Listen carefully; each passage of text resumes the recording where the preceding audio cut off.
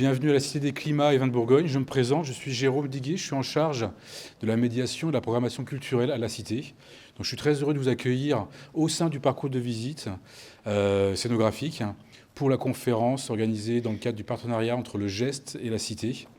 Donc, d'habitude, il y a des vidéos, il y a une ambiance tamisée, il y a des animations, des projections pour raconter la grande et belle histoire des vins de Bourgogne. Mais là, on est en mode conférence et on utilise le grand écran et l'auditorium. Voilà, pour cela. Donc une conférence sur du bourgeon à la baie avec Laurence Génie-Denis qui va vous parler. Avant de lui passer le micro, je vais donner la parole, et j'en dirai pas plus, à Monsieur le Président Thibault Léger-Belair. Merci à vous. Merci Jérôme, bienvenue à tous. On est ravis de voir cet auditorium aussi plein et ravis de vous accueillir, en tout cas pour cette conférence qui promet d'être passionnante.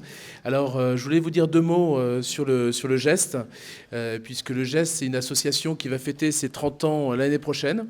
Donc, 30 ans au service des vignerons, 30 ans avec des vignerons, 130 adhérents aujourd'hui. On vient de réaliser ce magnifique kakémono et qui reprend bien en fait ce qu'on essaye de faire au Geste, c'est-à-dire étudier, former, partager. Le Geste, c'est un centre de formation également. Donc on a deux animatrices, Aline et Mathilde, qui s'occupent brillamment de faire vivre cette association. L'objectif du Geste, c'est vraiment d'essayer d'apporter de l'information, de faire surtout en sorte que l'ensemble des vignerons et des gens de notre métier puissent communiquer, puissent partager, parce qu'on croit fortement que c'est dans le partage, c'est dans l'échange qu'on devient beaucoup plus fort et qu'on acquiert de la connaissance sur notre métier. Notre métier est en train de changer. Je pense que cette conférence vient à point nommé. On vient de finir une année extrêmement compliquée. Pour ma part, la plus difficile, et je pense que pour beaucoup, la plus difficile de ma carrière, j'espère la seule. Et je pense qu'effectivement, cet aspect formation, elle est essentielle. Donc, on est constamment en train d'essayer de chercher.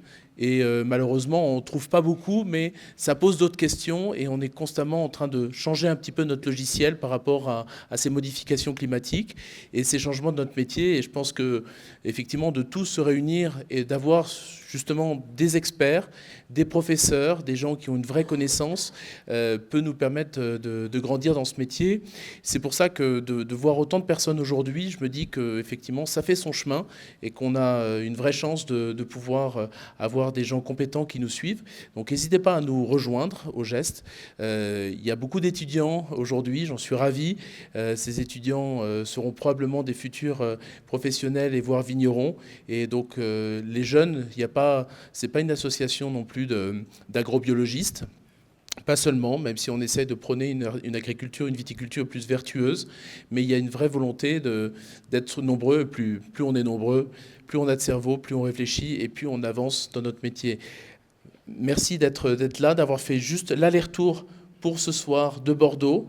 Laurent Génie-Denis qui nous rejoint également pour une formation, on en parlera un petit peu plus tard après cette conférence en février prochain qui va être passionnante et vous verrez, vous avez un certain nombre de documents que vous pourrez regarder après la conférence sur le Geste, sur tout ce qu'on essaie de faire et sur également toutes les formations qu'on essaye de mettre en place et qui rencontrent beaucoup de succès. Merci encore. Bonne conférence à vous tous et je vous passe la parole.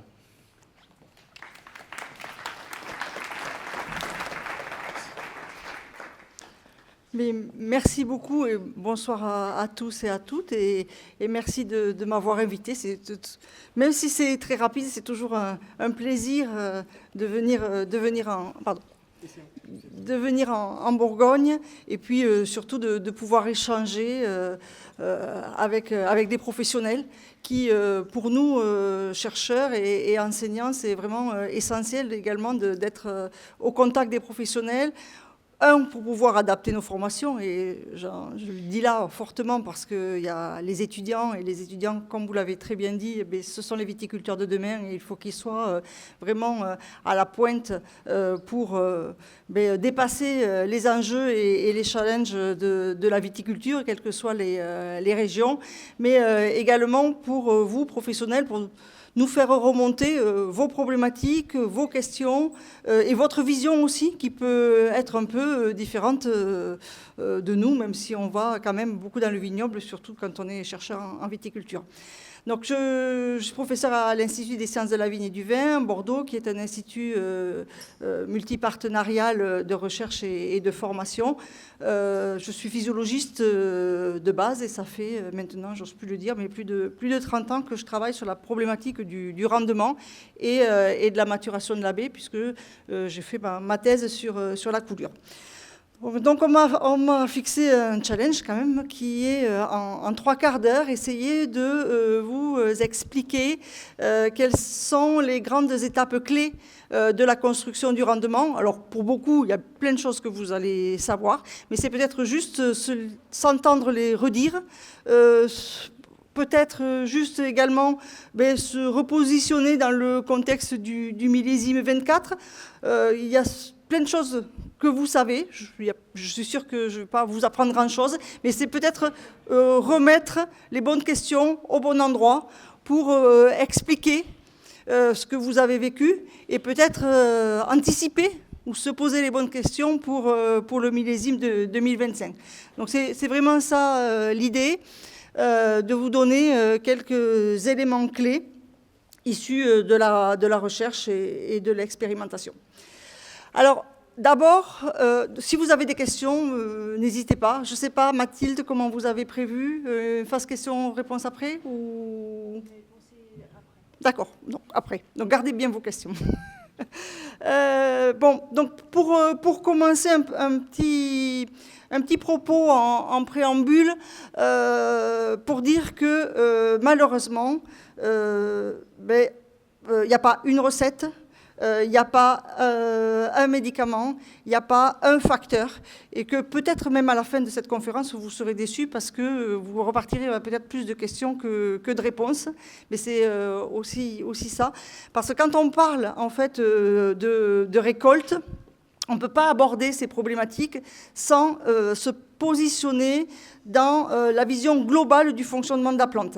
S'intéresser à la baie, c'est d'abord s'intéresser au fonctionnement global de la plante. Je dis toujours à mes étudiants, finalement, un viticulteur, certes, son objectif, c'est la récolte, mais avant tout, c'est de s'occuper de ses feuilles. C'est de s'occuper des feuilles de la plante, et quand ensuite il s'est occupé de ses feuilles, il peut regarder ses baies. Pourquoi ? Parce que, bien évidemment, les baies, comme vous le savez, sont des organes qui ne sont pas autonomes, qui ne peuvent pas fonctionner sans le reste de la plante. Donc ça, c'est vraiment important que l'on commence cette discussion, cet échange avec cette idée. C'est, on va parler des baies, mais il faut l'englober dans une vision globale du fonctionnement de la plante.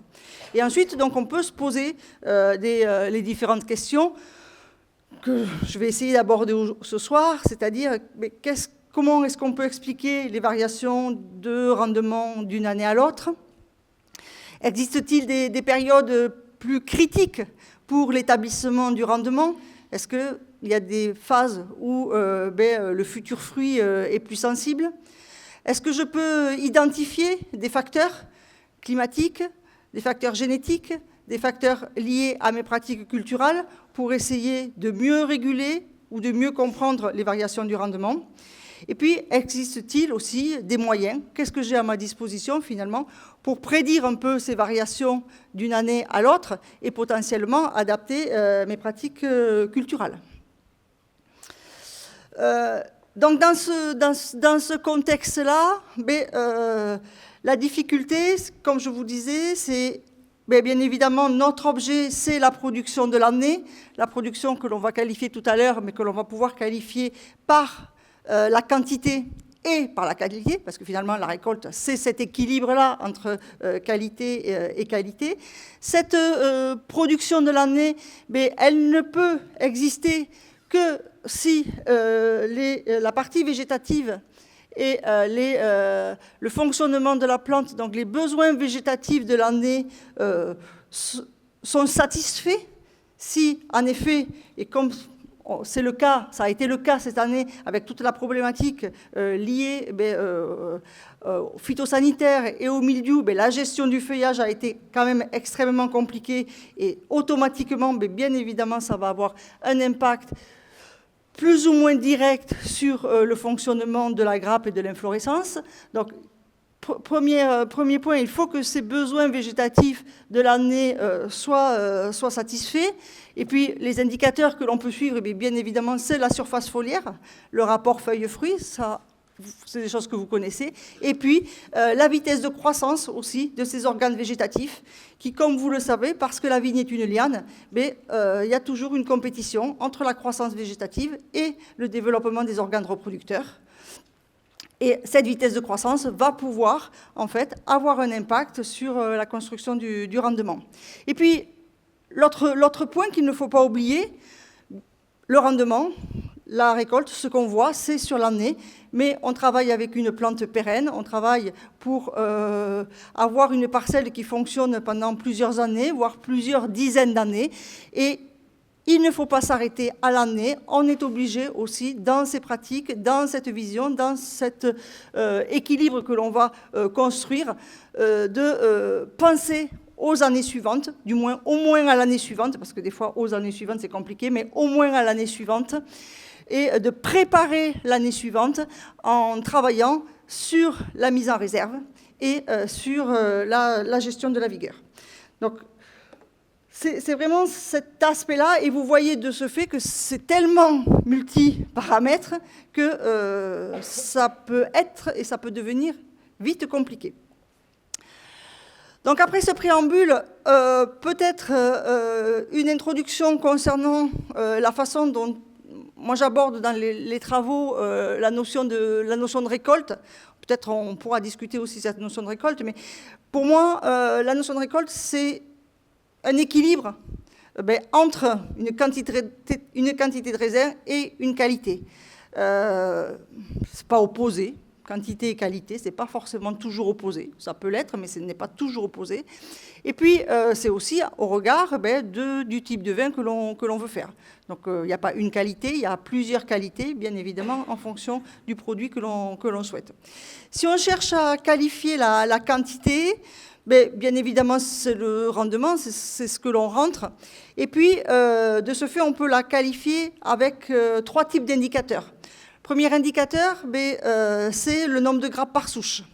Ce nombre de grappes par souche qui a été construit, comme on va le voir, l'année précédente la récolte, et sur lequel le viticulteur a un fort pouvoir, parce que finalement, par la taille et par la charge qu'il va laisser, il va pouvoir moduler ce nombre de grappes.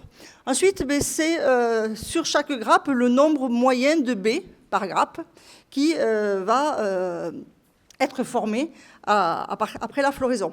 Et puis ensuite, c'est la phase de croissance. Chaque baie va plus ou moins grossir, ce qui va caractériser le poids de la baie et de ce fait le poids des grappes. Donc finalement, si on veut qualifier le rendement d'un pied de vigne, ce sont ces 3 paramètres-là qu'il va falloir prendre en compte, qu'il va falloir identifier, et puis du coup, sur lesquels il va falloir caractériser des facteurs qui peuvent les moduler. Et c'est surtout donc ce point-là que l'on va essayer de voir ce soir. La qualité, c'est très compliqué, bien évidemment. Donc, de manière simple, pour pouvoir donner des indicateurs aux vignerons, on la caractérise avec deux types de paramètres. Le niveau de maturation, et encore une fois, qualifier la maturation, ce n'est pas chose aisée, et c'est surtout très dépendant du type de vin que vous voulez faire. Et puis, il y a un autre facteur, peut-être qui est moins dans l'habitude des vignerons, c'est également d'essayer d'évaluer l'hétérogénéité des baies et des grappes et son impact sur la maturation. Cette année, c'est une année un peu école sur l'hétérogénéité que l'on a. Et cette hétérogénéité des baies et des grappes, que ce soit au niveau de la parcelle ou au niveau du pied, automatiquement va avoir un impact sur le niveau qualitatif, voire un impact également sur le rendement. Donc si on veut résumer un peu et se poser la question, mais qu'est-ce que ça pourrait être une grappe idéale? Qu'est-ce que pour nous, dans le contexte de notre exploitation, on définit la grappe idéale. Alors, j'ai ma propre définition, je vous la propose, hein. Vous pouvez ne pas être d'accord et on peut encore une fois en discuter. Mais pour moi, une grappe idéale, c'est une grappe homogène, c'est-à-dire qui porte des baies de taille suffisante pour pouvoir avoir le rendement et puis pour permettre d'avoir le rapport marque sur jus qui correspond au produit que je veux faire. Des baies qui sont riches en composés d'intérêt œnologique. Alors, encore une fois, ces composés œnologiques peuvent être variables selon le type de vin. Et puis également des composés d'intérêt œnologique qui sont facilement extractibles, de manière à ce qu'au moment de la vinification, je puisse vraiment extraire doucement et extraire les composés qui m'intéressent. Alors, pour pouvoir atteindre cet objectif, il y a des choses qu'il faut contrôler, il y a des choses qu'il faut maîtriser. Au niveau de la grappe elle-même, il faut pouvoir contrôler les 3 étapes de développement du fruit que l'on va voir en détail dans les diapositives suivantes, c'est-à-dire la première étape qui correspond à la formation de l'inflorescence, qui va permettre de définir le nombre de grappes. La deuxième étape, ce sont les étapes en lien avec la formation du fruit, qui va définir en fait le nombre de baies que je vais pouvoir récolter. Et puis la troisième étape, pardon, il y a une erreur sur le diaporama, la troisième étape, c'est toute la phase de croissance et de maturation du fruit. Donc ces 3 étapes que l'on différencie, mais en fait quand on écrit l'histoire de la baie et de la récolte, elles sont liées. Et ça c'est vraiment un point extrêmement important. On va le voir quand elles sont liées, et puis elles sont liées chronologiquement aussi. Et quand la première étape se passe mal, déjà on part avec un handicap et on aura des difficultés à récupérer en fait avec les autres. Et puis, mais pour pouvoir contrôler ces étapes, comme je le disais, il faut avoir cette vision de plante entière et par ces pratiques, d'essayer de tendre vers ce que l'on appelle l'équilibre physiologique, c'est-à-dire une plante dans laquelle on a un peu ce cercle-là des circulations et des mouvements d'éléments essentiels, les éléments essentiels étant surtout toute la composante glucidique de la plante et la composante azotée de la plante, c'est-à-dire finalement contrôler sa surface foliaire pour qu'elle soit suffisante et efficiente, de manière à ce que l'activité photosynthétique puisse à la fois assurer la croissance des jeunes organes, mais également assurer la croissance et la maturation des inflorescences, des grappes et des baies, et puis que cette surface foliaire, elle soit aussi suffisante pour pouvoir assurer le fonctionnement racinaire, et qui, lui, n'est pas autonome en termes glucidiques, pour tout ce qui est assimilation, et qui permettent de... pardon, où est-ce que je l'ai là ?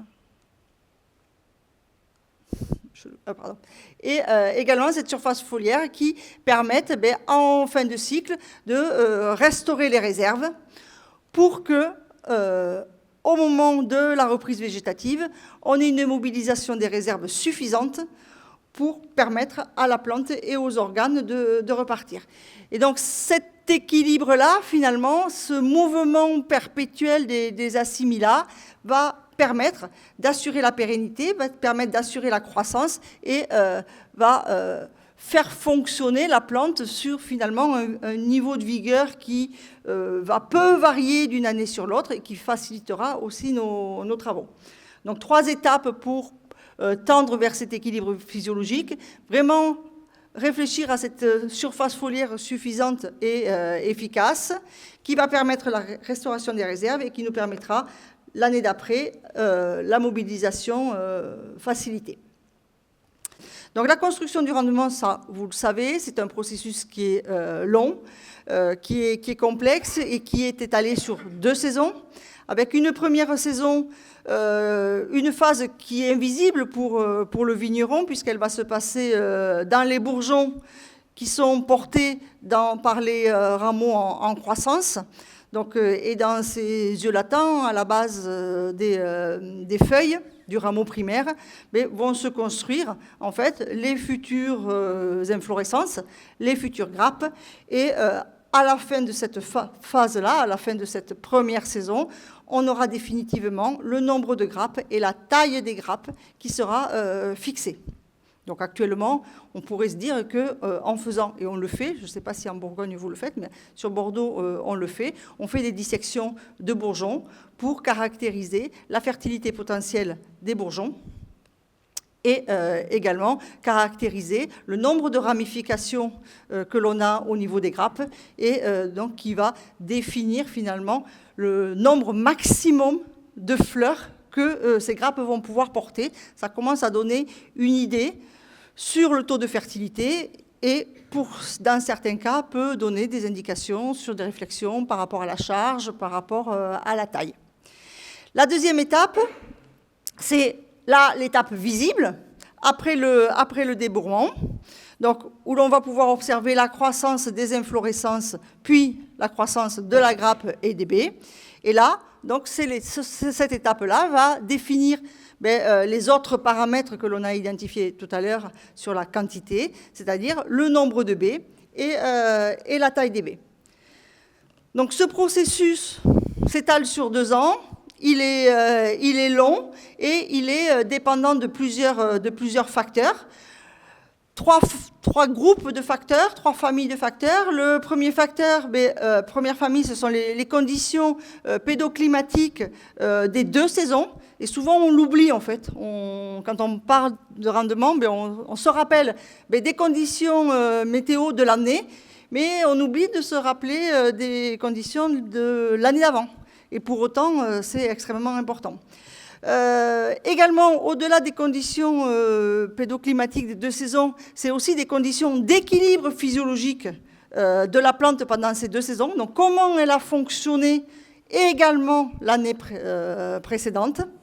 Et puis ensuite, le troisième facteur, le troisième groupe, c'est le poids, finalement, de chaque période dans la construction du rendement et dans le rendement final. Est-ce que quand j'ai ces 3 facteurs-là, il y en a qui sont plus importants que d'autres? Et ça, c'est important, il me semble, de pouvoir l'évaluer, parce que ça permet comme ça aux viticulteurs de se dire, est-ce qu'au moment de la construction du rendement, j'ai une phase qui, dans mon vignoble, est peut-être plus sensible, sur laquelle il faut que je fasse plus attention dans ces notions d'équilibre physiologique.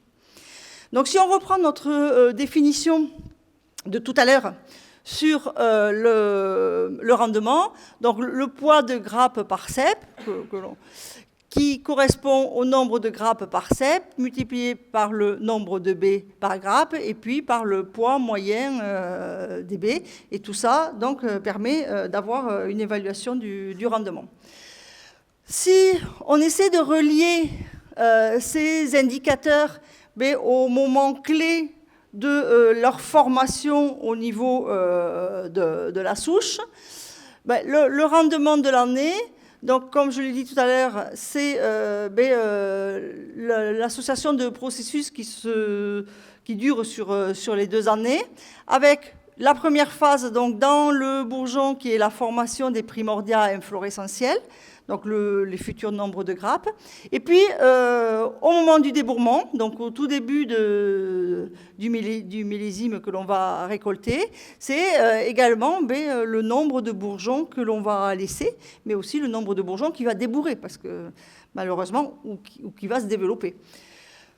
La deuxième phase, le nombre de baies par grappe, c'est toutes les phases qui vont être liées à la construction des inflorescences, des pièces florales, des fleurs, et puis à la phase clé de fécondation et de noison. Et puis le troisième indicateur qui est la phase de croissance et de maturation. Donc, ce que l'on a essayé de faire, c'est de se dire, est-ce que ces 3 périodes-là, le risque, finalement, que ça ne se forme pas bien, est le même tout le temps? Ou est-ce qu'il y a des périodes qui sont plus sensibles que d'autres, et sur lesquelles, finalement, quand je vais réaliser mes pratiques, je dois être plus attentif? Ou est-ce que c'est finalement partout? Donc il y a plusieurs travaux qui ont été menés depuis une quinzaine d'années à Montpellier. C'est Nicolas Guilpart en 2011 qui a commencé ces travaux. Puis à Bordeaux, avec Anna Limalet en 2017. Et puis plus récemment en 2020, et puis on continue. Et donc, qu'est-ce qu'on a fait en fait? On a essayé dans 3 régions différentes, donc à Bordeaux, à Montpellier et en Champagne. Je n'ai pas de connaissance de ces travaux-là qui ont été menés en Bourgogne. Je suis désolée, je ne peux pas vous parler des chiffres de Bourgogne, mais bon, on peut penser que ça peut ressembler à certaines conditions climatiques. Et on a essayé d'évaluer en fait, la part de la variation du rendement interannuel pour chaque partie. Donc, on a fait ces travaux, c'est des mesures, en fait, sur plusieurs années. Et là, qu'est-ce qu'on s'est aperçu? On s'est aperçu que même ces 3 phases-là, elles existent, quelles que soient les régions. Leur importance dans la construction du rendement final va varier selon les régions, en fonction, principalement, des conditions climatiques. Qu'est-ce que l'on s'aperçoit? En conditions méditerranéennes, on s'aperçoit que la variation du rendement interannuel s'explique majoritairement par la construction du rendement au moment de la production des inflorescences et dans le bourgeon des primordiaux inflorescentiels. Donc cette phase en fait en N-1 est la période qui explique le plus de variations de rendement en conditions méditerranéennes. Puis ensuite, la variation est expliquée par 30% dans le cadre des phases de construction des pièces florales et 10% liés au poids moyen des baies. Et ça s'explique très facilement finalement parce que dans les régions qui sont sèches, avec des étés secs, finalement, il y a très peu d'impact il y a une contrainte hydrique forte qui fait que finalement les baies évoluent peu. Lorsque l'on est donc sur Bordeaux, on a quelque chose qui va venir se lisser avec 2 périodes qui sont clés, qui sont la phase de construction des primordiaux inflorescentiels dans le bourgeon en N-1, et puis toute la période printanière, en fait, qui, là, est très contraignante en termes climatiques pour la formation des inflorescences. Et un peu plus également de part liée surtout aux pluies estivales sur le poids du baie, de la baie finale. Et puis en Champagne, la variation s'explique principalement sur la période floraison, nouaison et coulure, puisque c'est cette période-là qui climatiquement est le plus variable et qui va jouer sur le rendement. Donc ça, c'est extrêmement important, enfin en tout cas à mon avis, de pouvoir, dans le contexte de sa région, savoir s'il y a une période sur laquelle on doit être le plus attentif. Et à partir de là, on peut du coup se poser les questions qui sont quels sont les mécanismes physiologiques qui sont impliqués de ce fait dans ces variations et à ces périodes, et puis quels sont les facteurs. Est-ce que je peux identifier des facteurs qui vont régir ces mécanismes? Donc on va reprendre un peu en détail, un peu plus en détail les 3 étapes. Donc la première étape, je vous rappelle, c'est la formation des primordiaux inflorescentiels et la fixation du nombre de grappes en année N-1. Et puis en conditions méditerranéennes, on observe donc là cette très bonne correspondance entre la variation du rendement et le nombre de grappes par pied qui correspond finalement à la fertilité potentielle des bourgeons. Donc, pour aller finalement à l'essentiel, cette étape-là, on peut identifier 4 facteurs qui impactent le plus. 2 facteurs qui sont liés à la physiologie de la plante, c'est-à-dire la qualité de l'induction et de l'initiation inflorescentielle dans le bourgeon, et puis un peu plus tard, la qualité et le taux de débourrement. Un facteur qui est un facteur lié aux pratiques viticoles, la taille et la charge, puisque c'est bien vous qui allez décider du nombre de bourgeons que vous allez laisser sur la souche, donc de fait du nombre de grappes aussi que vous allez laisser sur la souche. Et puis ensuite, les accidents climatiques et principalement le gel juste après le débourrement qui en effet peut modifier tout cet équilibre. Alors, si on regarde, si on se focalise sur le premier facteur, qui est la qualité de l'induction et de l'initiation inflorescentielle, donc c'est ce qui va se passer dans le bourgeon en année N-1 de la récolte, au printemps et pendant l'été de l'année N-1, et qui va fixer définitivement le nombre de grappes pour l'année suivante et la taille de ces grappes, c'est-à-dire ces ramifications. Donc à Bordeaux, il y avait une thèse qui avait été faite dans les années, en 1970 et qui avait, par dissection, identifié de manière extrêmement précise en fait, les dates et les périodes des phases de formation des primordia inflorescentiels et des phases de ramification en fait, de ces grappes. En 2017, on a repris ce travail. Parce que finalement, on s'est dit, entre 1970 et 2017, le climat il a changé. Donc, est-ce qu'on est toujours dans le même rythme? Est-ce qu'on est toujours sur la même évolution? Est-ce que, parce que les conditions climatiques sont peut-être plus favorables, avec des hivers plus frais, des printemps plus doux, des étés plus secs, est-ce que ça modifie? Donc, ce que l'on a montré, finalement, c'est que le schéma, le rythme, en fait, de formation des primordia inflorescentiels, il restait le même. Chez la vigne, c'est un rythme aux alentours des 10 jours à peu près. Tous les 10 jours, il y a un nouveau mérital qui se forme dans le bourgeon. Ça c'est resté pareil. Les phases de différenciation, donc vous avez ici donc, des photos de l'évolution du bourgeon pendant l'été précédent, et puis la dissection de ces bourgeons. Donc la première phase où on a la formation des primordia foliaires, puis ensuite le début de la formation du premier primordia inflorescentiel, puis ce premier primordia inflorescentiel qui se différencie, qui se ramifie pour former en fait la future rafle, puis ensuite le deuxième primordia inflorescentiel qui va ensuite se ramifier.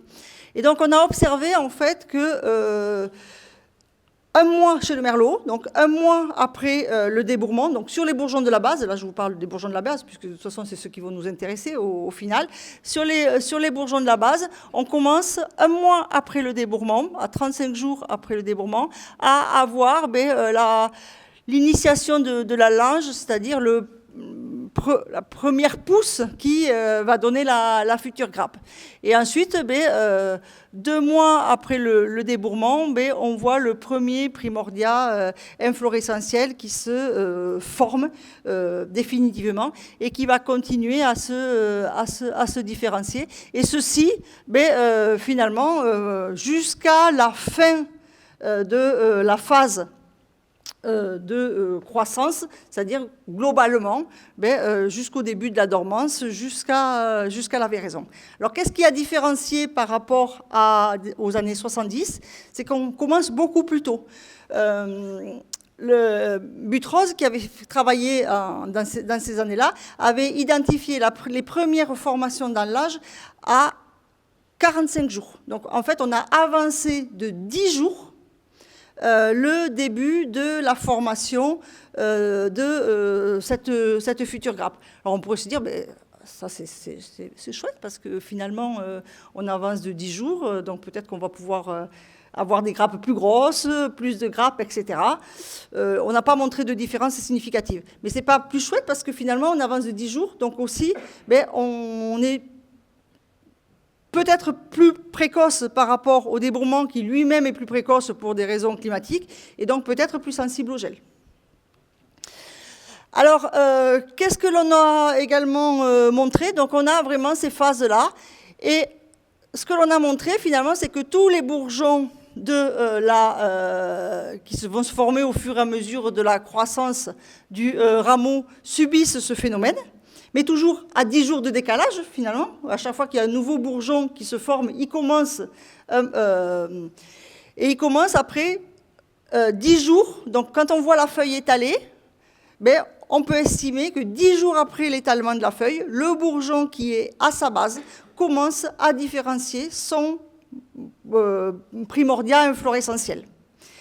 Et donc, ce qui va signifier que sur le rameau, on va avoir un gradient, puisque ceux qui sont à la base, ils vont finalement commencer un peu plus tôt.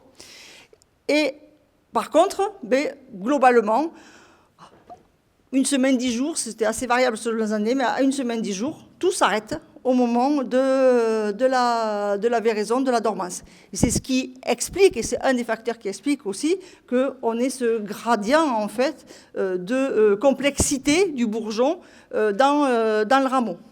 Donc, finalement, plus cette phase-là de différenciation va être précoce, si elle n'est pas touchée par le gel, plus elle va être intéressante parce que la ramification aura plus de temps pour se faire.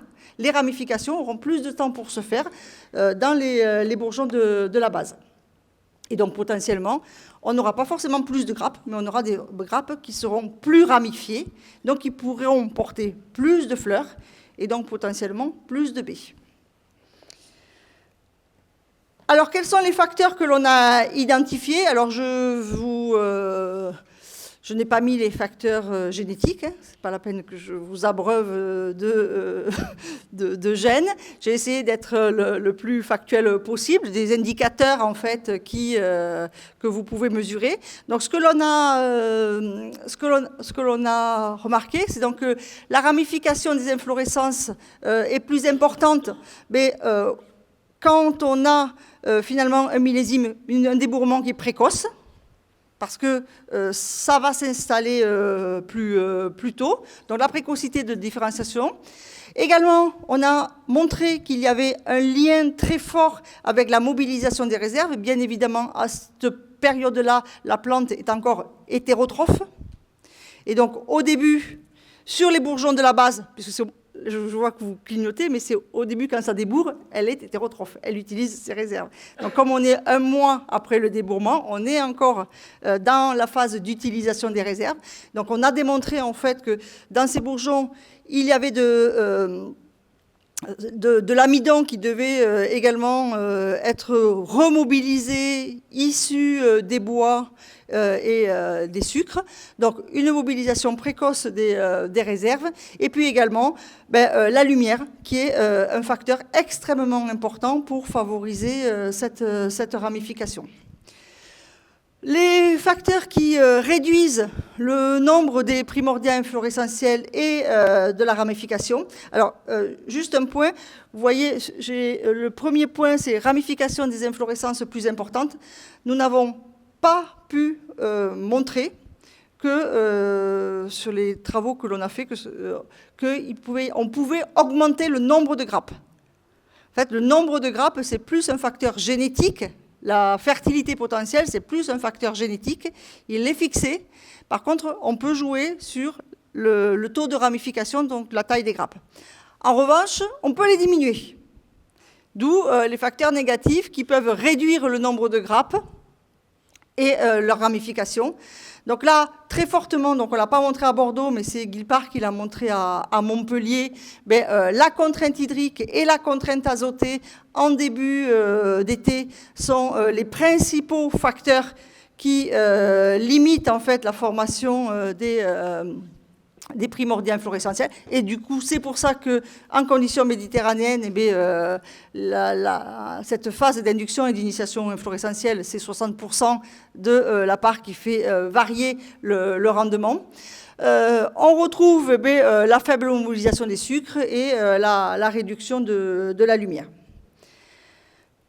Le deuxième étape, deuxième facteur là, que l'on peut identifier comme étant important dans la construction du rendement au niveau de l'étape 1, c'est après l'hiver, donc le bourgeon est rentré en dormance, le nombre de grappes, de futures grappes et leur ramification est fixé. Et quelques jours donc, avant le débourrement, ces primordiaux inflorescentiels vont recommencer leur activité cellulaire. Et là, qu'est-ce qui va se passer? À chaque extrémité de ramification, on va voir en fait l'installation des futures pièces florales. C'est ce qu'on appelle l'induction et l'initiation florale. Ça commence avant le débourrement. On a estimé que ça commençait une dizaine de jours avant le débourrement. Dans toutes ces toutes petites ramifications, on commence à voir à leur extrémité la préformation, l'initiation des futures pièces florales. Et puis ensuite, bien évidemment, il y a la phase de débourrement, sensus rito, c'est-à-dire la reprise de la croissance de l'ensemble des organes préformés qui vont permettre l'éclosion du bourgeon. Donc, bien évidemment, s'il n'y a pas de débourrement, on va automatiquement perdre en rendement. Et qu'est-ce qui a été identifié comme facteur important dans le taux de débourrement? Et je ne parle pas là du gel, parce que c'est vraiment là le taux de débourrement en conditions classique de température. Mais encore une fois, la mobilisation des réserves, et ça, les Champenois, si vous regardez les travaux de B6, bien évidemment l'a montré, mais également de Pouget ou de Boire, il y a 40 ans maintenant, mais qui sont toujours d'actualité parce qu'on n'a pas trouvé mieux. Donc, mais également Nathalie Gaveau qui le montre très bien. Donc la mobilisation des réserves, ça c'est vraiment essentiel. Mobilisation des réserves, qu'est-ce que ça veut dire? Ça veut dire la mise en réserve l'année précédente, ça c'est clair, mais c'est aussi la dégradation de l'amidon qui peut après circuler dans la plante. Parce qu'on peut avoir mis en réserve, mais on peut aussi bloquer et entraver la circulation parce qu'on n'a pas des flux de sève qui sont suffisamment fonctionnels, parce qu'on a trop de bois mort et le rapport bois mort sur bois vivant ne permet pas cette mobilisation facilitée. Donc la mobilisation des réserves, les réserves en tant que telles, mais aussi leur transfert via les flux de sève. On a également montré aussi que le rayonnement direct, la luminosité avait un effet sur la qualité du débourrement et potentiellement les modes et les dates de taille également qui vont, en levant les inhibitions entre les bourgeons, faciliter ce débourement. Qu'est-ce qui va réduire en fait ce taux de débourement? C'est l'absence de froid. Alors, on va dire, pourquoi? Mais parce que en fait, on a montré que le froid de début d'année, mais vraiment de tout début d'année, donc de fin décembre, début janvier, facilitait en fait et la dégradation de l'amidon, facilitait en fait la dégradation de l'acide abscisique qui bloque la dégradation future de l'amidon. Et donc le froid, des périodes de froid intense, important, pendant l'hiver, homogénéise le débourrement. Alors, on ne peut pas y faire grand-chose, certes, mais en tout cas, ça peut être des indicateurs pour le viticulteur, en regardant, faisant une analyse un peu de sa météo, de pouvoir se dire, tiens, janvier, il a vraiment été très, très doux, au regard de mes réserves de l'année précédente, mon état du feuillage en fin de saison, est-ce que j'ai un risque ou est-ce que j'ai pas un risque? Et puis on revient finalement à l'opposé des facteurs de tout à l'heure, c'est-à-dire une faible mobilisation des réserves, une réduction de la lumière, une charge trop importante aussi, qui créerait des fenêtres, bien évidemment, parce que l'équilibre entre la charge et la vigueur ne permet pas d'alimenter l'ensemble des bourgeons. Et puis, bon, les divers aléas climatiques et notamment les effets de gel. Alors, en termes finalement d'accidents physiologiques, qu'est-ce qu'on va observer parce que la résultante de ces deux étapes, on ne va l'observer qu'au moment de l'année en N+1, c'est un défaut de débourrement qui va automatiquement impacter sur la récolte, et puis des rameaux potentiellement qui peuvent sortir, mais qui sont non fructifères, parce que l'induction inflorescentielle a été insuffisante. Donc la formation des primordiats floraux, la croissance de l'inflorescence, et puis la fixation du nombre de baies par la floraison et la noison. Donc là, pareil, deux types de facteurs qui sont liés à la plante. Une première famille de facteurs au moment de l'induction et de l'initiation florale, c'est-à-dire de la formation des pièces florales. Je vous ai dit tout à l'heure, ça a commencé un peu avant le débourrement, et puis ça va continuer jusqu'à la veille de la floraison. Donc cette phase de croissance en fait de l'ensemble des pièces florales est une phase qui est également assez lente et qui doit être lente pour pouvoir bien construire ces pièces qui sont très différenciées les unes des autres. Il y a la phase de floraison et de nouaison, bien évidemment, ça on le voit tous. Et puis en termes physiologiques, l'équilibre feuilles-fruits, c'est un facteur construisant en fait le rendement. Et puis des facteurs climatiques. Et pendant cette phase-là, la fraîcheur nocturne et les nuits fraîches, donc en dessous de 4 degrés, qui sont aussi des facteurs limitants pour la formation de ces pièces. Donc la première phase, c'est la qualité de l'induction et de l'initiation inflorescentielle. Donc en fait, c'est toute la phase qui commence au débourrement et qui va durer jusqu'à la veille de la floraison et qui va permettre de construire petit à petit donc, toutes ces pièces florales. Il y a une étape qui est essentielle pendant cette phase-là. C'est ce qu'on appelle la méiose ovulaire. La méiose ovulaire, finalement, alors il y a deux méioses, c'est-à-dire les méioses, ce sont les périodes de la formation des gamètes. Donc il y a la méiose pour les graines pollen et il y a la méiose pour la partie femelle, il y a la méiose ovulaire. Mais il y a une période qui a été parfaitement identifiée. Donc cette méiose ovulaire qui est vraiment la formation du dernier tissu de l'ovule.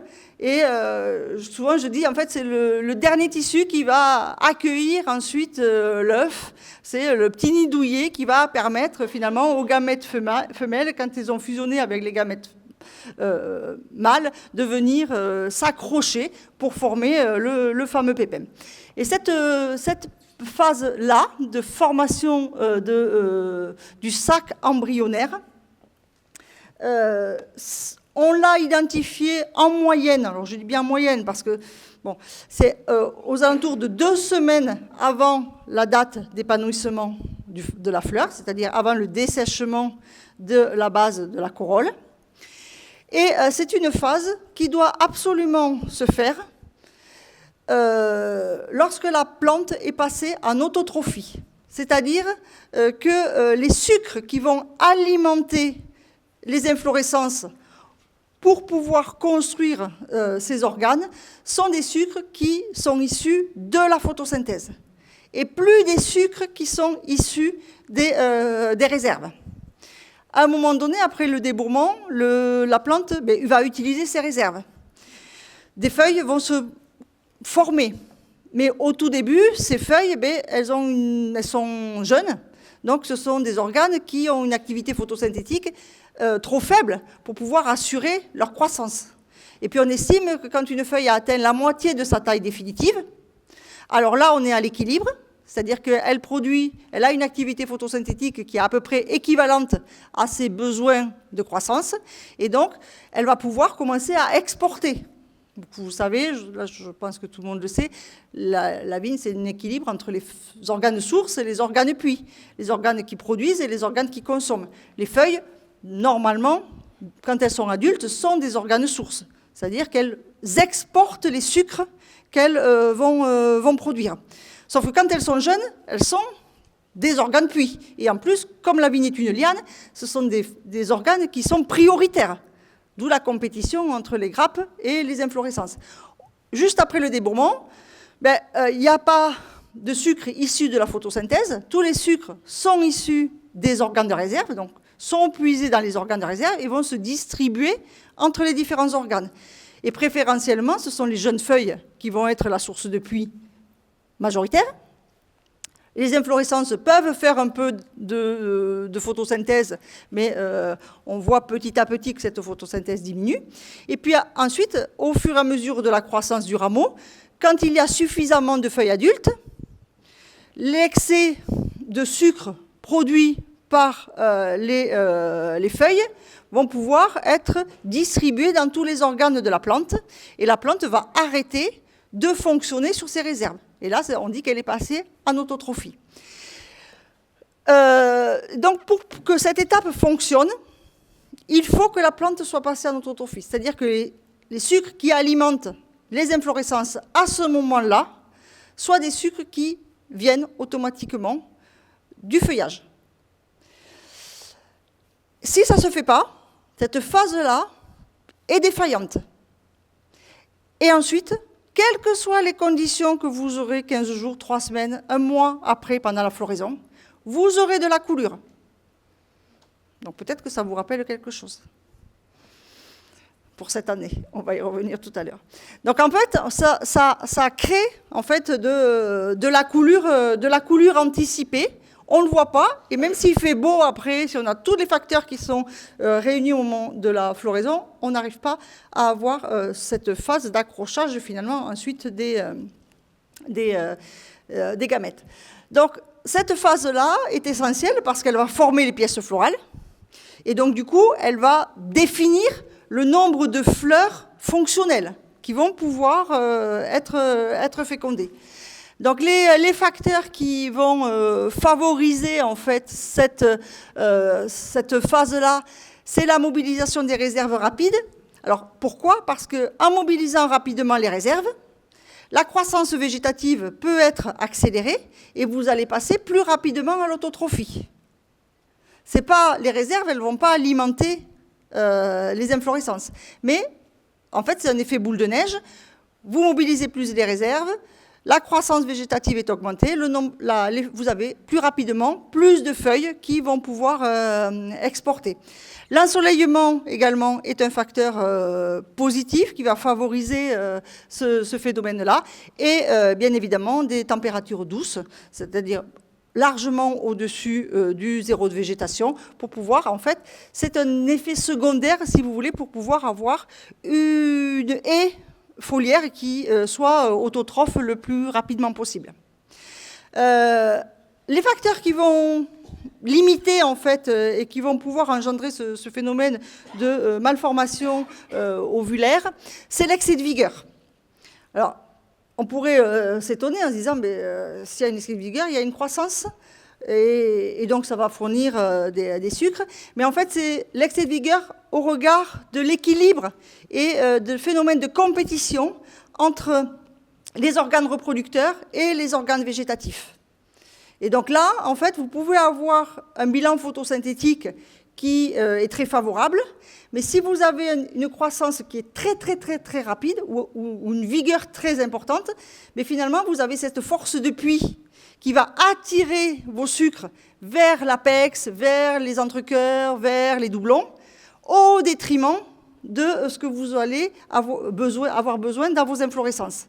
Et donc, le bilan, il peut être positif, mais c'est vraiment cet équilibre-là.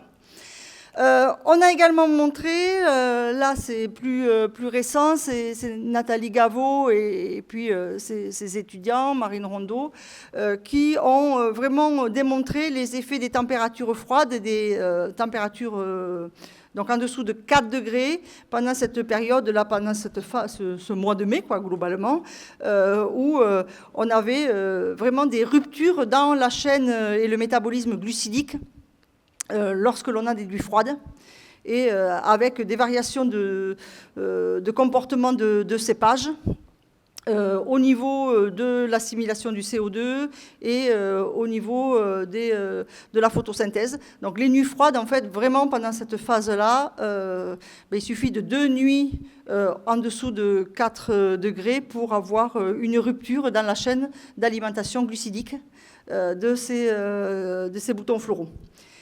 Une faible disponibilité des sucres en réserve, mais ça c'est le corollaire de ce que je viens de dire tout à l'heure. Si pendant cette phase-là où on est encore en hétérotrophie, on n'arrive pas à mobiliser les réserves, on a une croissance végétative qui est lente, qui est irrégulière, donc vous ne pouvez pas passer à l'autotrophie rapidement, et le retard du passage à l'autotrophie.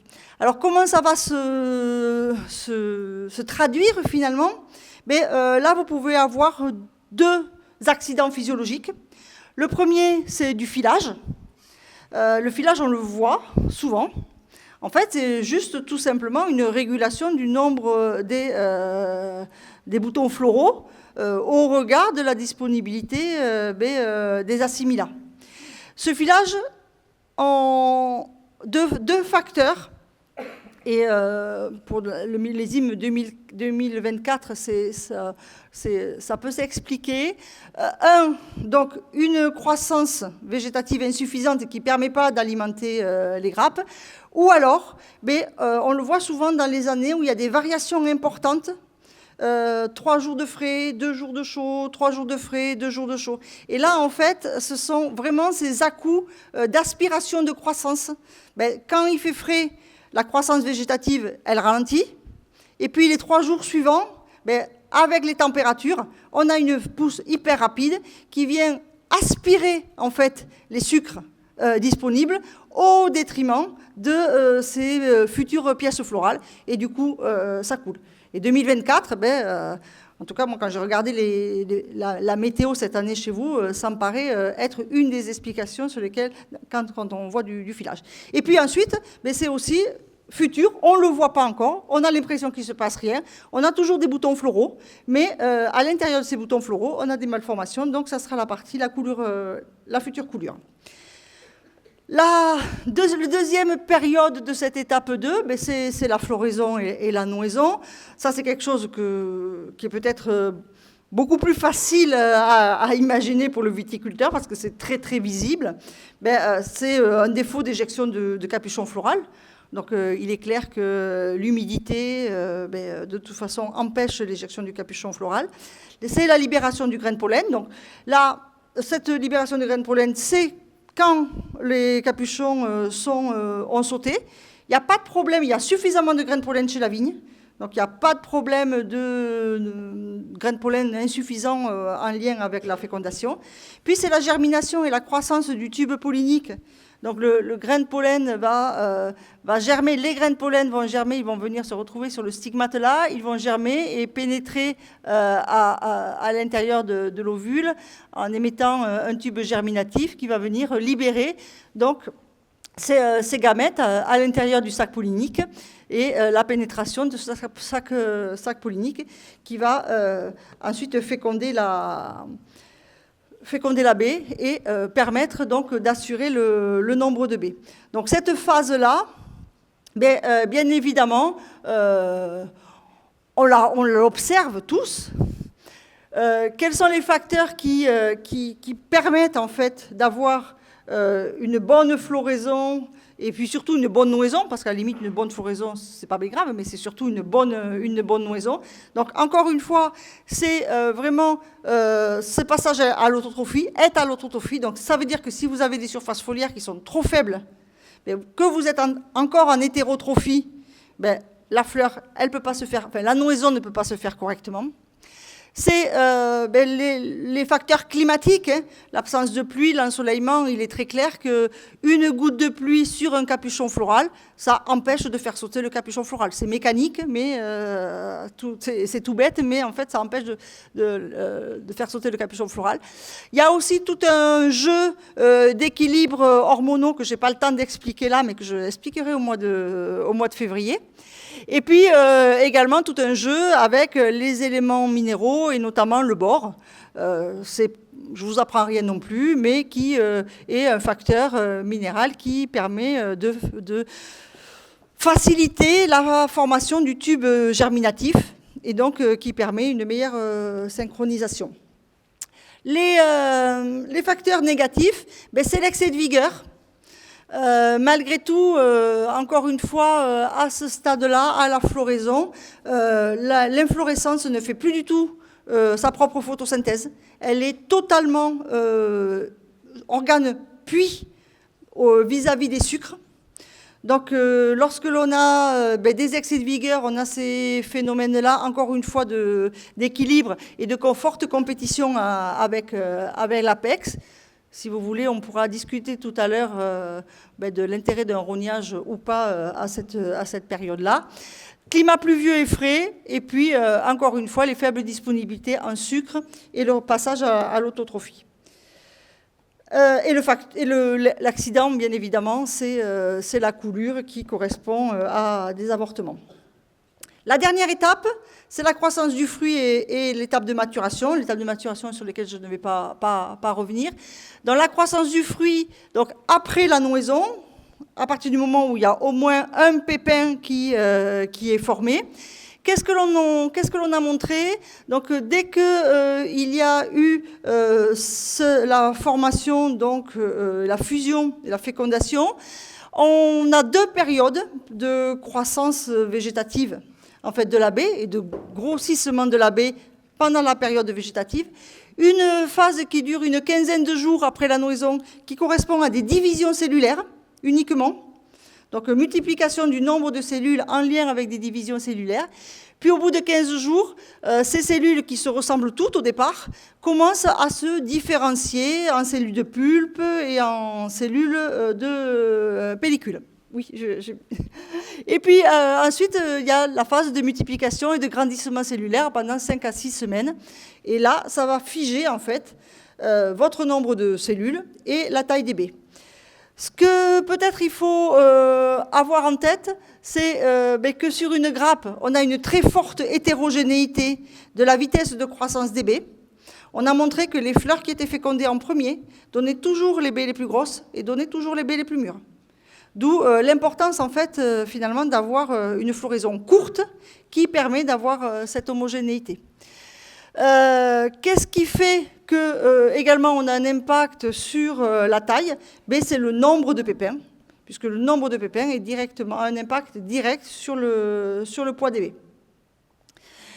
Les facteurs, c'est la durée de floraison courte. Ça, c'est une clé de réussite, de croissance et d'homogénéité.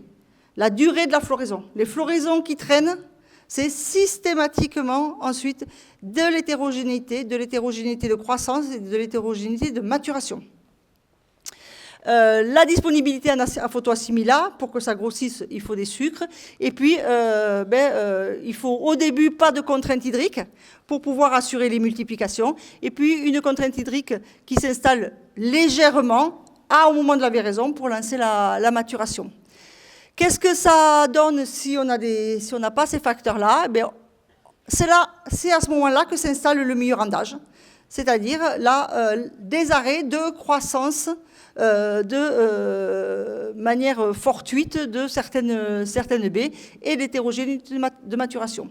Et cette hétérogénéité-là, ensuite, va conditionner la capacité de remplissage de la baie au moment de la maturation, puisque le nombre de cellules qui va être formé, ce seront elles qui vont finalement se remplir comme des ballons baudruches au moment de la maturation, avec un impact direct sur la maturation. Donc en conclusion, si on voulait revenir un peu sur les faits marquants du millésime 24, qui contribuent à expliquer finalement, comme un peu partout quand même, des faibles récoltes. Je mets de côté les aspects phytosanitaires et l'impact du mildiou sur cette faible récolte. On peut déjà travailler et puis se poser la question de la sortie l'année dernière, qui n'était pas l'année la plus fructueuse en termes de sortie. Et peut-être au regard de la contrainte hydrique précoce et des contraintes hydriques précoces du mois de 2023 peut être un des facteurs qui explique cette sortie qui est pas réellement trop importante. Il y a aussi ensuite, pour certains d'entre vous, il y a eu du gel juste après le débourrement, selon les données qui peuvent du coup avoir vraiment eu aussi un impact direct sur le rendement. Et puis, selon en fait la période également, ce froid-là qui a commencé à limiter la formation des pièces florales dans le bourgeon. Et donc des risques en fait de malformation de futures pièces florales que vous avez vues après au moment de la coulure. Mais c'était déjà fait finalement. Il y a ensuite, si on regarde les conditions climatiques du mois d'avril, le mois après le débourrement, également des périodes fraîches qui sont suivies de périodes chaudes, qui sont à nouveau suivies de périodes fraîches. Donc là, c'est vraiment en fait des facteurs climatiques qui vont jouer sur des à-coups de croissance et qui peuvent expliquer les observations de filage. Ça, c'est un facteur qui est extrêmement courant. Ensuite, coulure et milieu rendage.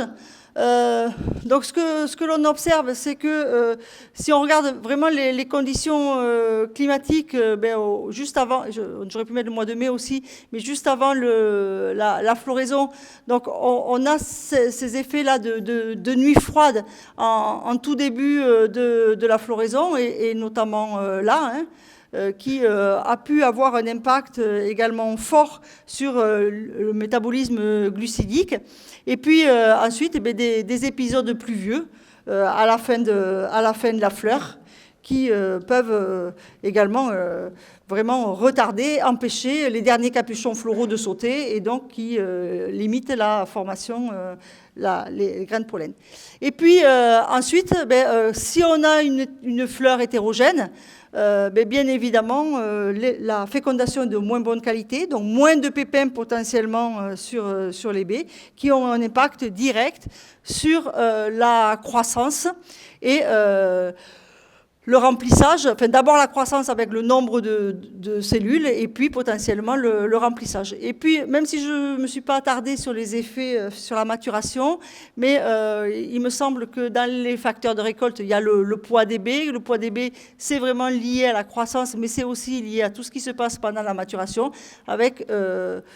pour ce que j'ai pu lire sur la Bourgogne et les données que l'on m'a données, des phénomènes importants de flétrissement dans certaines parcelles, suite à l'arrêt du chargement en sucre, et que l'on pourrait mettre en relation avec les effets de vent que vous avez eus au mois de septembre. Et qui peuvent, après l'arrêt de croissance, finalement entraîner de l'évaporation, ce que j'ai pu lire sur certaines parcelles. Donc voilà, j'ai dépassé un peu le temps, excusez-moi, et je suis à votre disposition pour des questions.